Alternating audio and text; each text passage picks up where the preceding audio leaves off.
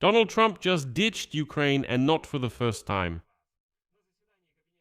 At a cabinet meeting at Camp David, Donald Trump stated that there is no agreement on a license to produce Patriot interceptor missiles for Ukraine.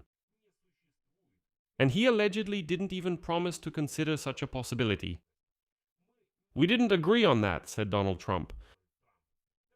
This statement directly contradicts what he himself said 3 weeks ago and how Volodymyr Zelensky described their meeting at the White House just a few days before that.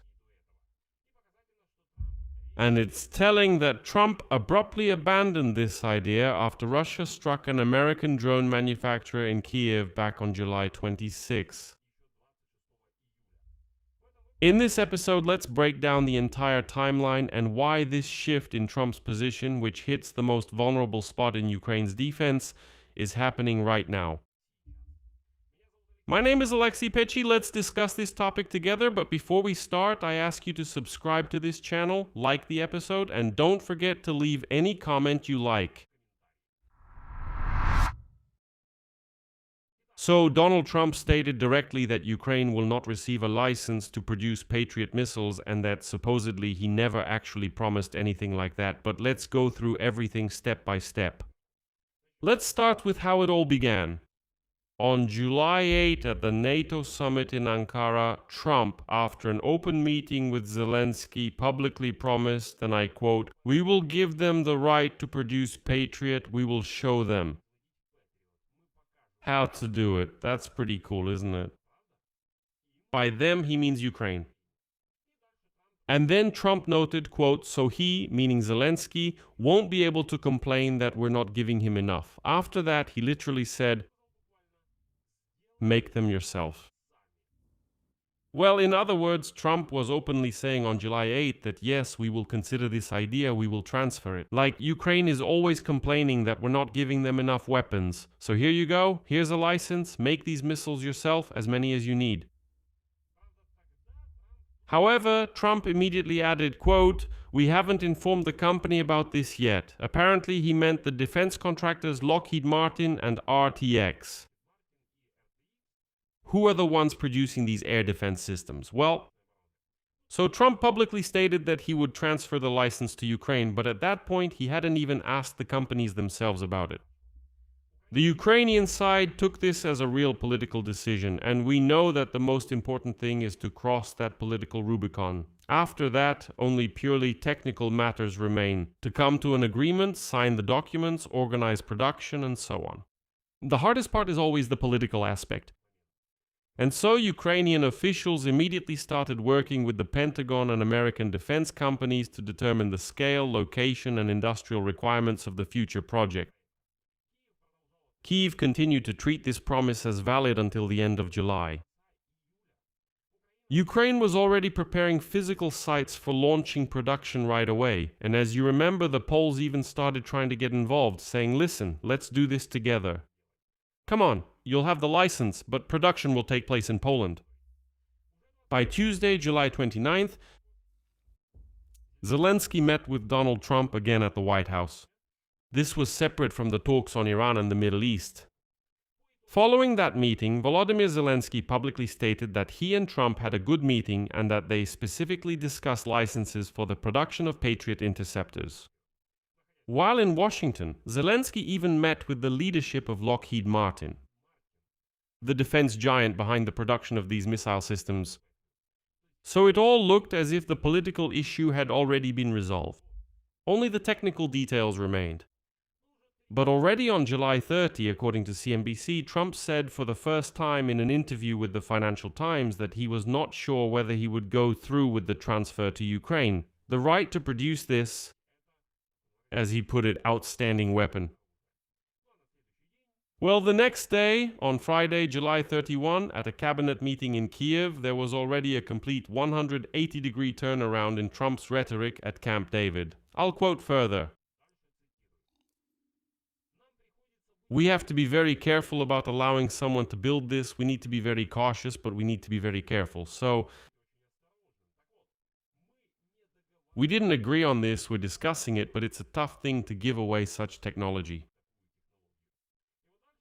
And then Trump added directly that the recipients of advanced military technologies, quote, might one day turn against you. Yes, Trump stated directly that he's afraid to transfer the technology to Ukraine because he's afraid that at some point Ukraine might allegedly turn against the United States of America. Think about it. This is a direct contradiction to Trump's own public promise in Ankara and to Zelensky's own account of the meeting after their meeting at the White House on July 28. Trump's statement contradicts Zelensky's account and the White House meeting, in which Zelensky said that Trump agreed to grant the license. But it's telling that Trump suddenly started, backpedaling on the fly after it became public knowledge that during the attack on Kyiv on the night of July 26, the Russian Federation struck the plant of the American company Terminal Autonomy with a ballistic missile, which manufactures drones. At the American-Ukrainian enterprise, it is claimed that up to 1,000 UAVs of various types were assembled per month, including AQ-400 Skidka strike drones, AQ-100 Bayonet and Reconnaissance RQ-100 Scout. Of course, we can't say for sure that this particular event made Trump change his mind, but the hint, as they say, is more than obvious. Why is this so painful for Ukraine right now? Patriot missiles are essentially the only system that effectively intercepts Russian ballistic missiles, and in recent months, Russia has been increasingly relying on ballistic missiles. According to Pentagon analysis, the shortage of interceptors is made worse by the fact that the United States has already used up about 2/3 of its entire stockpile of Patriot missiles, including, of course, for the war with Iran. That is, Donald Trump's shift is happening at the very moment when America's own stockpiles of this weapon are at their lowest. And Ukraine's dependence on this weapon is at its highest. In other words, every indicator is at its peak. The reaction inside the United States itself to such a decision by Donald Trump was sharp. For example, Republican Congressman Don Bacon gave one of the harshest assessments among Donald Trump's fellow party members. Here's his quote: "Although 70% of Americans support Ukraine, the White House's policy makes it so that they seem as though only 30% do. Allowing Ukrainians to produce Patriot interceptors themselves would help eliminate the shortage of interceptors we are facing today." Zelensky himself reacted publicly in a restrained manner, apparently trying not to escalate the situation. He stated that Patriot interceptors remain the main priority amid ongoing Russian airstrikes, and he added that both sides agreed to keep the teams working on this issue, calling the meeting at the White House positive. Who actually benefits from this and who doesn't? For Russia, the very fact of this turnaround is a direct signal. Even if Ukraine theoretically received a promise about its own production of interceptor missiles, it is not guaranteed, and it can be revoked at any moment by a political decision of a single person, that is, the American president. Therefore, who should the most pressure be put on? Just one person. For Ukraine, this means continued dependence on unstable and limited external supplies, precisely at a time when Russian ballistic strikes have become more frequent. For Donald Trump himself, this cautious position, if we speak objectively, is explained by his own words about the risk of technology transfer. In other words, it's about a geopolitical calculation for decades ahead, not just the current war. That is, he clearly fears a precedent where the transferred technology could one day be used against the interests of the United States itself in the future, regardless of today's allied relationships. What's next? Let's just try to game it out. The first scenario is negotiations. The negotiations continue on a "we're discussing it" basis, as Trump himself put it, and the decision may either be made or postponed again for an indefinite period, since the precedent with the March and April delays on Iran shows the Trump administration's tendency to postpone sensitive decisions. What does this mean? Let me remind you that in March and April, regarding Iran, Trump had already given orders to strike at energy facilities, bomb bridges, and so on. But then he changed his mind, then there was an ultimatum, then 10 days, then another 2 weeks, and so on. And in the end, here we are in August, and Trump still hasn't made any decision on Iran. Don't forget the Tomahawk story, when Trump said they would deliver them with a caveat, then later said we didn't promise anything. The second scenario, under pressure from Republicans like Congressman Becken and the ongoing casualties from Russian missile strikes, is that Trump might partially reconsider his position, for example, by agreeing to a limited production arrangement.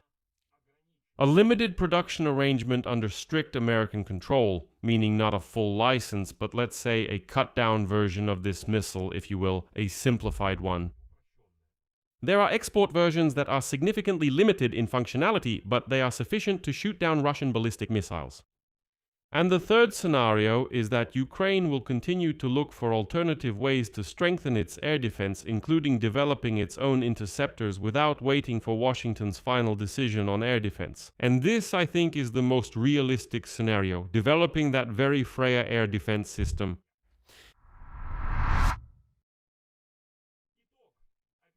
In summary, the promise personally made by Trump in Ankara on July 8 and confirmed by his own words about a good meeting through Zelensky on July 29 was publicly disavowed by Trump himself on July 31 and again today.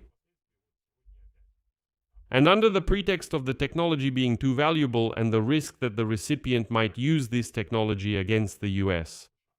This is happening at a time when America's own Patriot missile stockpiles have been depleted by the war with Iran by 2/3. And Ukraine's dependence on this system against Russian ballistic missiles is higher than ever. A real written license agreement, well, judging by what's known from open sources, judging by the available data, never actually existed. There was only a verbal promise which turned out to be reversible, and Trump has now reversed it. So I'll leave it at that.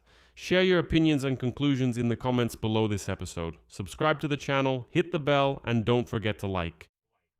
If you want to support the work of this YouTube channel, you can do so with any donation using the links and details in the description of this video. That's all for now. Take care of yourselves. Goodbye, everyone.